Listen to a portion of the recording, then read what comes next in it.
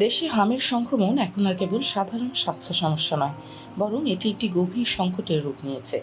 মৃত্যুর হার প্রতি হাজারে ৩ থেকে বেড়ে 10-এ পৌঁছানোয় জনস্বাস্থ্য বিশেষজ্ঞরা দাবি তুলেছেন জাতীয় স্বাস্থ্য জরুরি অবস্থা বা এপিডেমিক ঘোষণার। কিন্তু কেন এই ঘোষণা এতটা গুরুত্বপূর্ণ?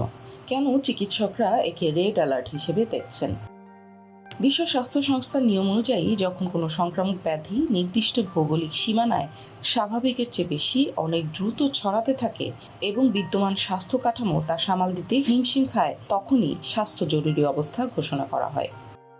বিশেষজ্ঞদের মতে হামের ক্ষেত্রে এই ঘোষণা করা হলে সরকার কিছু বিশেষ ক্ষমতা ও সুযোগ পাবে। প্রথমত, আমলাতান্ত্রিক জটিলতা এড়িয়ে জরুরির ভিত্তিতে বাজেট বরাদ্দ করা যাবে। দ্বিতীয়ত, বেসরকারি হাসপাতালগুলোকে বাধ্যতামূলকভাবে হামের চিকিৎসার আওতায় আনা সম্ভব হবে। তৃতীয়ত, ঔষধ ও টিকার সাপ্লাই চেইনকে সর্বোচ্চ অগ্রাধিকার দেওয়া যাবে।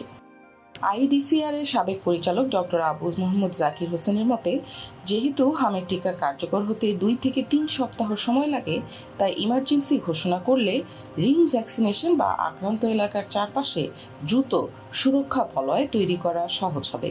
ফলে সংক্রমণের চক্র ভাঙা সহজ হবে। হামের জন্য জরুরি অবস্থা ঘোষণার নজির বিশ্বের নতুন কিছু নয়। 2019 সালে প্রশান্ত মহাসাগরীয় দেশ সামোয়ায় হামের ভয়াবহ প্রাদুর্ভাবের মুখে রাষ্ট্রীয় জরুরি অবস্থা ঘোষণা করা হয়েছিল। তখন তারা 6 সপ্তাহের জন্য স্কুল কলেজ বন্ধ করে বাধ্যতামূলক গণটিকাদান শুরু করে, যার ফলে দ্রুতই মৃত্যুহার কমে আসে। এমনকি উন্নত দেশ হিসেবে পরিচিত আমেরিকার নিউ ইয়র্ক সিটিতেও 2019 সালে নির্দিষ্ট কিছু এলাকায় হামের কারণে জরুরি অবস্থা জারি করা হয়েছিল। কঙ্গো এবং ফিলিপাইনের মতো দেশগুলোতেও বিভিন্ন সময় এই কঠোর পথ বেছে নিয়ে জীবন বাঁচাতে উদ্যোগ নেওয়া হয়েছিল। বিশেষজ্ঞরা বলছেন, অন্যান্য দেশ পারলে বাংলাদেশ কেন এই বিজ্ঞানসম্মত পথ বেছে নিতে দেরি করছে?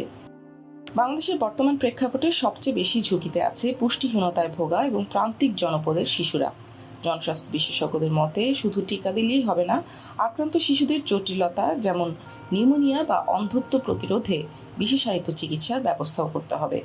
তাদের মতে, এখনই যদি একটি শক্তিশালী ডিজিজ সার্ভেলেন্স সিস্টেম বা সংক্রমণ নজরদারি ব্যবস্থা চালু না হয়, তবে শিশুদের এই মৃত্যু মিছিল থামানো কঠিন হয়ে পড়বে।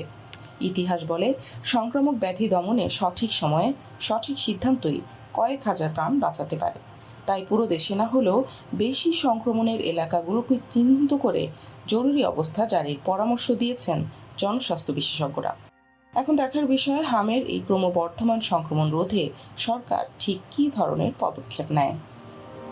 স্বাস্থ্য বিষয়ক এমন তথ্য পেতে ডক্টর বাড়ি পেজটিকে লাইক এবং সাবস্ক্রাইব করুন।